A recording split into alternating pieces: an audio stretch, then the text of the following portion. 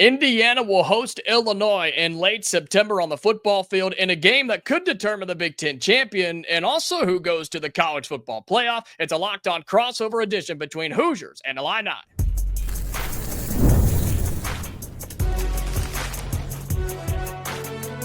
You are Locked On College Crossover, part of the Locked On Podcast Network.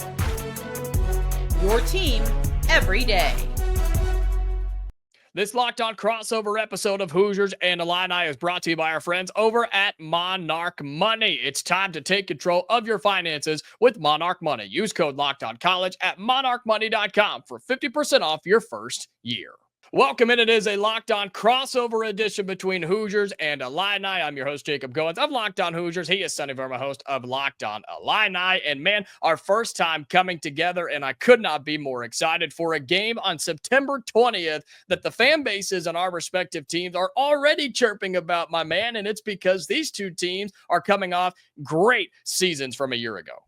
You're exactly right. I don't know if there's two programs in the country that have more positive momentum compared to what their history might suggest. And I don't know about you, Jacob, but I think that kind of starts with the guys in charge. I think absolutely so. I mean, you're talking about Curt Cignetti going in to his second year at Indiana, and you start looking at the numbers for Bret Bielema there at Illinois, and it's wild as long as he's been there. You feel like he just got hired yesterday, and so I think it's important for you to kind of talk about what he has meant to that Illinois program when he got hired there, what he's done since he's been there, and then kind of what the expectations are for Bret Bielema at Illinois going into 2025. Yeah, I mean, I'll be honest, when the initial hiring of Bret Bielema happened, I wasn't super excited. I, like many people, I don't pay too much attention to SEC. I focus very much on the Big Ten. And so to me, what happened at the SEC was a failure. But, Bret Bielema, I think it was a humbling experience for him. Obviously, he had a lot of success his previous tenure in the Big Ten Conference. He was hired as a head coach in his early 30s.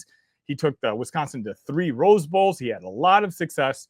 He wanted to get his guys paid, the assistant coaches. Wisconsin just wasn't doing it. So he decided to go where the money was. And that was Arkansas. That was the SEC. Again, ultimately, it didn't quite work out for him. But once he was let go from there, he took a couple years off. And, he learned from guys like Bill Belichick. And if you're going to learn football, Bill Belichick is a good guy to learn from.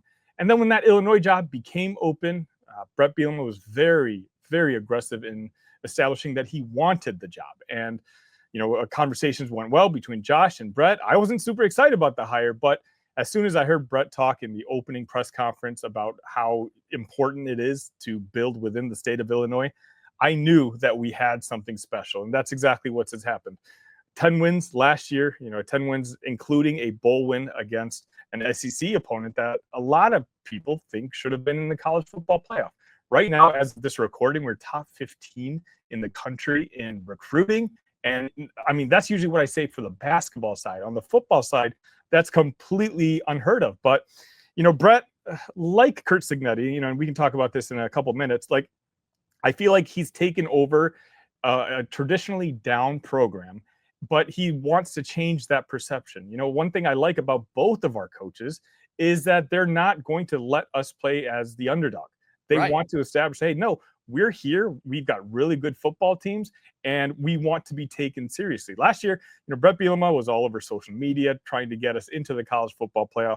Right. And I talked about how, I don't know if he actually meant it, but I think he was setting the stage actually for this year, that now it won't be such a big surprise if Illinois is mentioned in the college football playoff, because we were somewhat mentioned last year. He would constantly bring up our names to the Josh Pates, to all the national media members and whatnot. This year, Illinois is actually getting some positive press and talking about, a sleeper team in the Big Ten Conference. And so now I think Illinois is kind of, due to Bret Bielema, slid itself into, one of the names that are going to be mentioned once college football time comes. Well, you mentioned opening press conferences, and that's the thing that stands out to a lot of fans is the first impression, right? You only have one chance to make a first impression. And when we start talking about Curt Cignetti at Indiana, that's where it really started. He stepped in and just set the narrative, set the standard right then and there. He went to a basketball game, grabbed the microphone and said, we're going to beat Ohio State. We're going to beat Michigan. We're going to beat Purdue. We're going to beat everybody. And They kind of did, almost. Not everybody, but they beat a lot of teams a year ago. And so you talk about Curt Cignetti, who has won everywhere he's been, but the talk was, I mean, he's from James Madison, right? Can he really win in Power 4? Can he win in the Big Ten, the best conference in college football? And not only win, but win at a program that historically is one of the worst in all time in terms of college football victories and losses. And so it was an uphill battle, yes. But I think you look at the talent that Curt Cignetti brought, the attitude that Curt Cignetti brought. I compare it to what Clark Lee did at Vanderbilt when he stepped in and said, yeah, we want to compete for championships. You have to at least have the mindset, right, Sonny? You can't walk in and say, I hope we win 6 games, and well, we just hope it's okay, and we're just going to accept mediocrity. No, Curt Cignetti stepped in and said, we're going to win, and we're going to win right now. Don't think anybody predicted. I surely did not predict a college football playoff in year one, which is about as good as it gets in year one under a head coach, especially at a place like Indiana. But I think Hoosier fans have seen with Cignetti, the way that he coaches, the way that he recruits, the way that he just carries himself in his program. This isn't a fluke for Indiana being good long term. Can we expect a playoff every single year? No, unless they expand it to 84 teams, and then maybe so. But I think the idea is Indiana can compete in today's college football, and Curt Cignetti is a big reason for that. And I would say the exact same thing about Bret Bielema in Illinois as well, moving forward for the next 5 or 10 years or however long he wants to be there. So I'm curious, half the audience here is going to be Locked On Illini, who may not be as familiar with Cignetti. We know the headlines, but, you talked about the way Curt Cignetti does things. Can you maybe take a minute or two and just tell us what the way actually is? Yeah, I think it's expect to win, come in and compete, understand that Indiana wants and expects to win big games. You lost to Ohio State and Notre Dame last year. You expect to win those games this year. They were never worried about playing on the road at UCLA. They were never worried about Michigan coming to Bloomington because they carried themselves in a way that they expected to win. They competed for jobs. There were position battles. Nothing was given to anybody, whether you were already on the team from the previous staff, you transferred in from a different school, or you were a James Madison guy. Nothing was guaranteed. Nothing was given. And I think people inside the program respected that. And then also when he walks into the AD's office and starts making demands, as in money, investments, and things like that Indiana just hasn't had on the football side of things, that carries a lot of weight. That makes a lot of waves in and around the program. And it's risky, sure, but heck, you backed it up after year one. And so just all those things that Indiana, frankly, has never had. Curt Cignetti brought those in. Everybody said, that's kind of interesting. That's different. And then he backed it up on the field. So those are the things that I've taken notice of. And that's why the recruiting is starting to pick up itself as well. And the expectations are high for 2025. Is there any concern on your end? Bret Bielema at least has more of a track record at this level when it comes to the Big Ten Conference. Curt Cignetti, obviously, dream season last year. He's won everywhere he's at. But, last year, they were completely the Cinderella story, the surprise story of college football. He brought in a lot of his guys from James Madison who understood his system, who knew how to play the Cignetti way. You're making a little transition when it comes to your roster this year. Is there any sort of concern amongst Hoosier fans about maybe there could be a slight letdown? I mean, I think it's inevitable, right? That you are at least a little bit in a worse spot than you were a year ago, where you're a double-digit win team. You make it to the college football playoff. But crazy enough, I think the team talent-wise is just as good, if not better, than they were a year ago. But I think the schedule's a little bit tougher. And as you mentioned, Indiana's not sneaking up on anybody anymore. This is not a Cinderella story. People will have the Indiana Hoosiers circled on their schedule. But I think the roster, you retain a ton of dudes, and especially on the defensive side of the football. We're going to talk about rosters on a later episode together, but Indiana's in the top third of returning starters. I know Illinois is the top team in the Big Ten in returning production from a year ago. But Indiana's roster is as good, if not better, than it was last year. But nobody is overlooking the Hoosiers, including Illinois, who comes to Bloomington on September 20th, a game that the fans are talking about, we are talking about, and could have massive impacts on the college football playoff. We talk about that coming up next on a Locked On crossover edition of Hoosiers and Illini. Today's episode of Locked On Hoosiers and Locked On Illini, a crossover edition, is brought to you by our friends at Monarch Money. Ever wish managing your money felt a little bit easier? With Monarch Money, it can. Whether you're growing your savings or planning a big purchase, Monarch puts you in the driver's seat. It's like having your own personal CFO, giving you full visibility and control over your finances. Monarch Money is more than just a budgeting app. It's a complete financial command center. You can track all your accounts, investments, and spending in one place. So in addition to managing your money, you're also building a little bit of wealth too. And the thing that I always talk about, if you have a significant other, whether you're dating, engaged, married, whatever the case may be, Monarch Money is the place for you to be. You can track all your spending in one place and manage your money together. No more fights, no more arguments, no more complaining. It's all right there. You've got physical proof and you can grow your money together. Take control of your finances right now with Monarch Money. Use the code LOCKEDONCollege at monarchmoney.com for 50% off your first year. That's monarchmoney.com, code LOCKEDONCollege for half off your first year. All right, welcome back to a Locked On crossover of Hoosiers and Illini. I am Jacob Goins. He is Sonny Verma. And this game coming up on September 20th, Sonny, I mean, for me and for Indiana fans, it's the one we're looking forward to because there's no secret. I'm not going to deny it. Our non-conference schedule sucks. It is absolutely terrible. We played 3 nobodies. We should beat 3-0. We should absolutely blow them out of the water. Which is why this game scares me, man, because this is Indiana's first real game of the season. And Illinois is a good football team, but I'm curious on where you stand on terms of this game and where it falls on the schedule.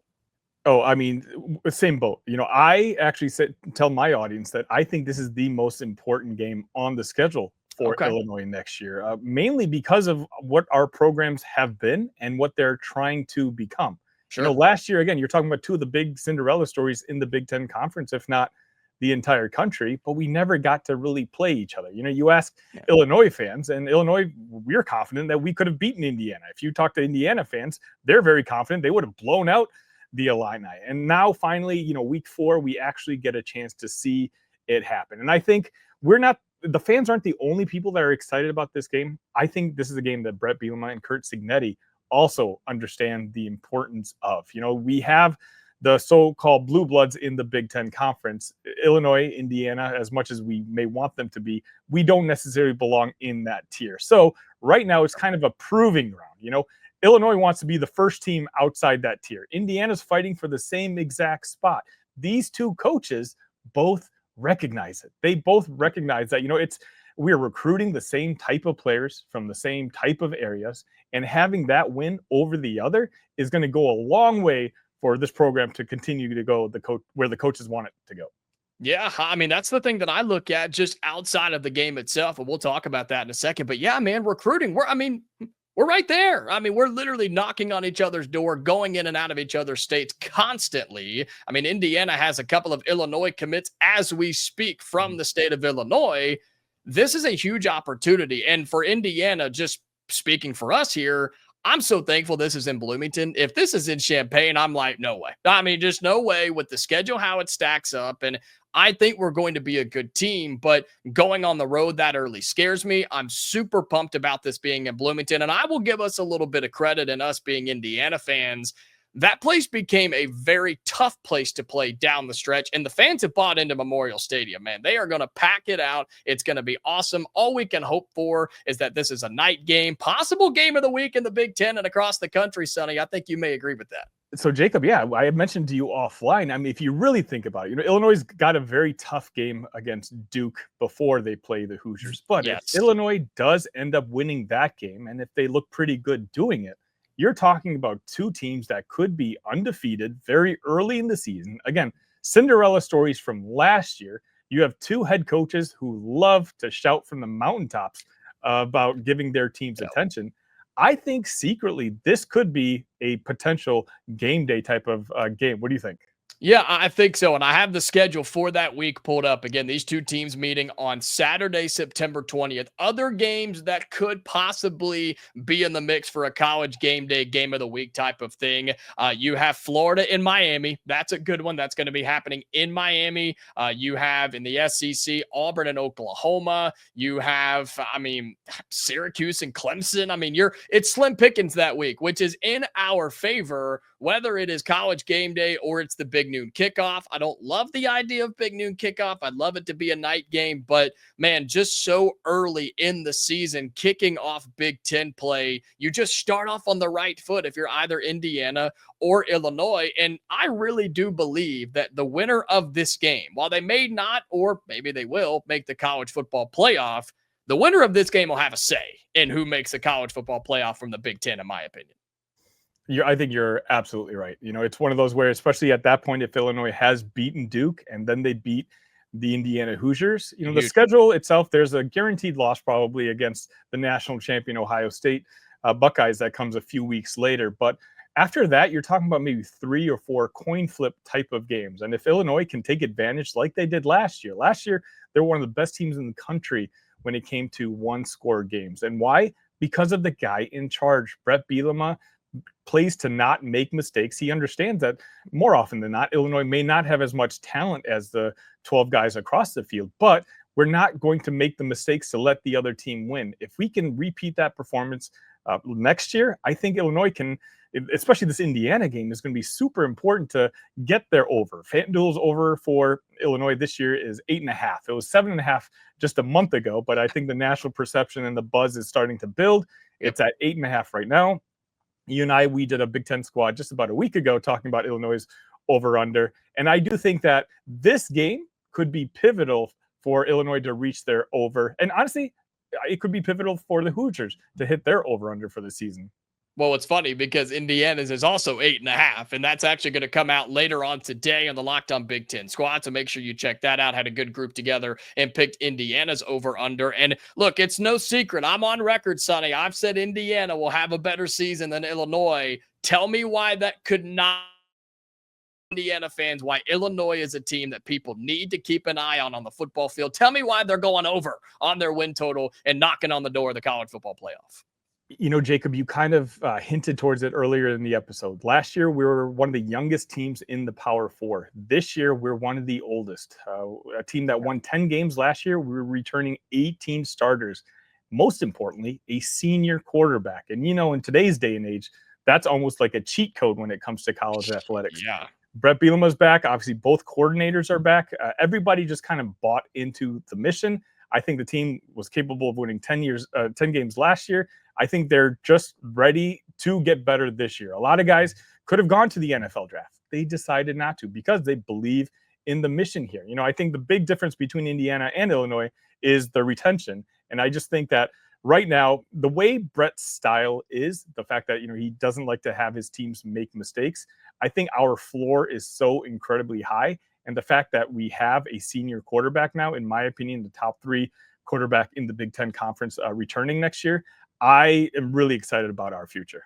Yeah, all good things, and returning that amount of production is just rare. That's the word I use, is rare. It just doesn't happen all that often, and Indiana's not as quite as good as Illinois in terms of returning production, but we've got a lot of them All-Americans on the defensive side of the football, 2 of our best receivers on the offensive side of the football, and some really important transfers. But there's no doubt that this game on September 20th, when Illinois comes to Bloomington and takes on Indiana, it might make or break the full outcome of the seasons for our respective fan bases. And as much as we like talking football, and it is right around the corner, basketball still exists in these 2 states. In our final segment of this Locked On crossover between Hoosiers and Illini, we'll talk about the basketball team, some of the offseason notes, who stayed, who left, and what the heck is going on. We'll talk about that coming up next in a Locked On crossover edition.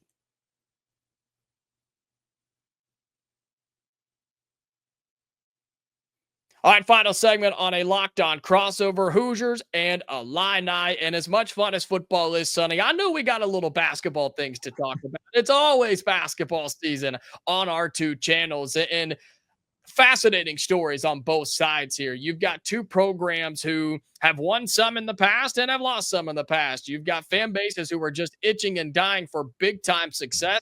Tell us what's going on over there. What do people need to know about Illinois basketball this offseason?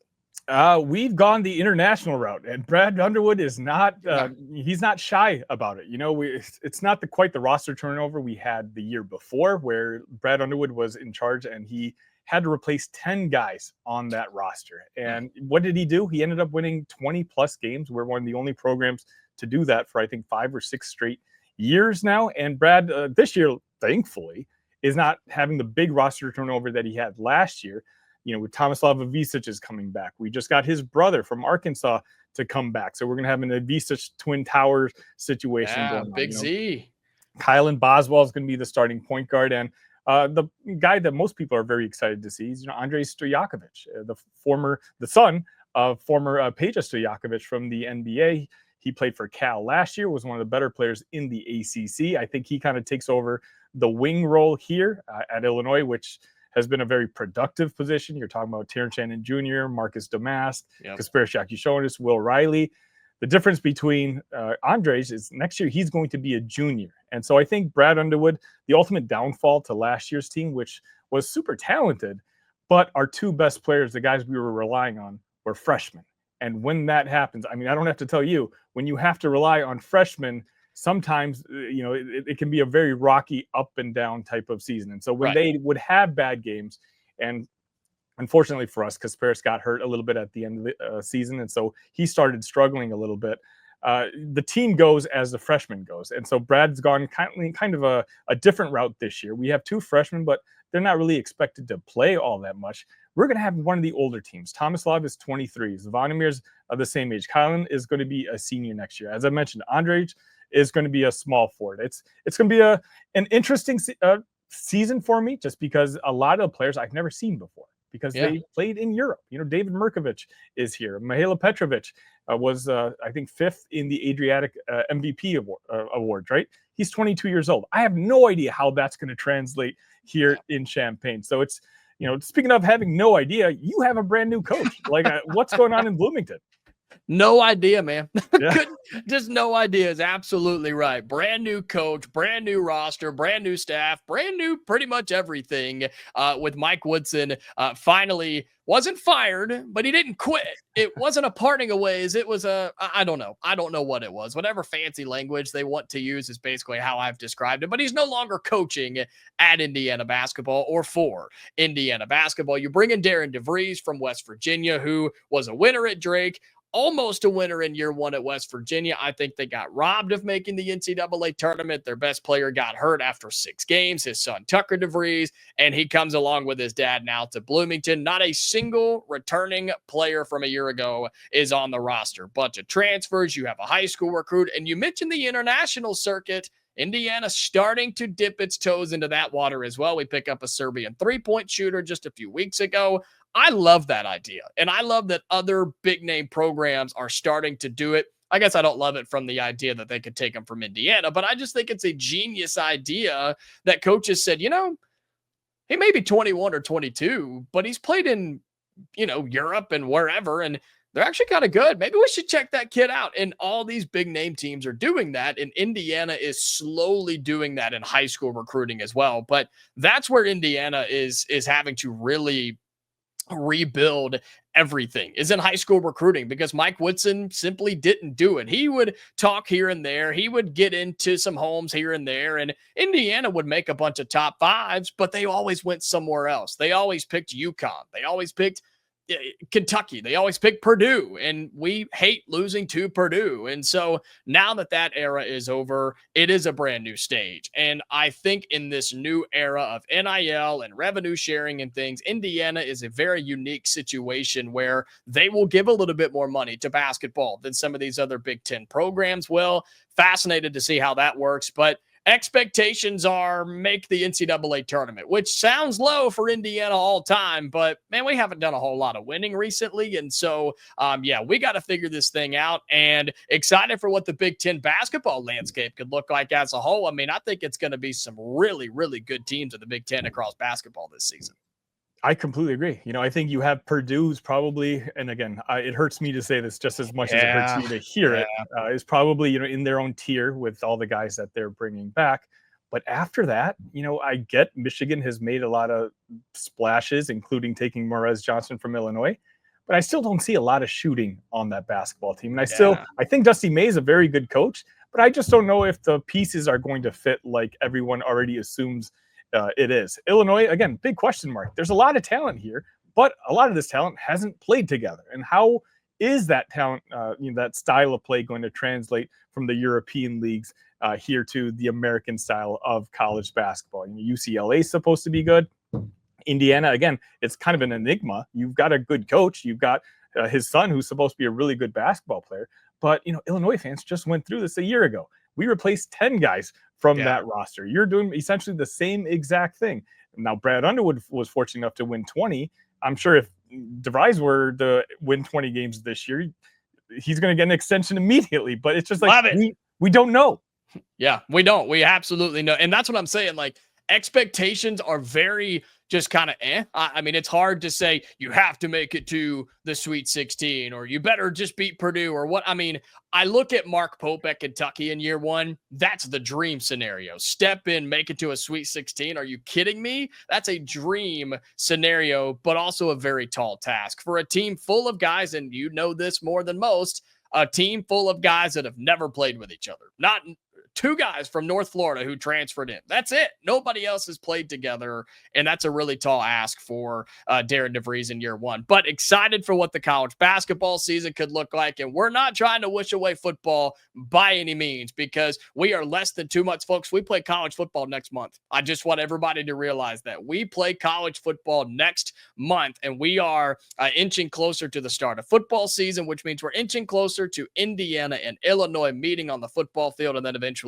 on the hardwood as well. We appreciate you being along and joining us for a Locked On crossover edition. He is Sonny Verma of Locked On Illini. Go check him out for all of your Illinois athletics news. I'm Jacob Goins of Locked On Hoosiers. You can do the same with me. Subscribe on YouTube. Follow us on your podcasting platforms. Anywhere you find us, be sure you check it out and become an everydayer. All right, we are back for another episode next time. We appreciate you being here on a Locked On crossover edition.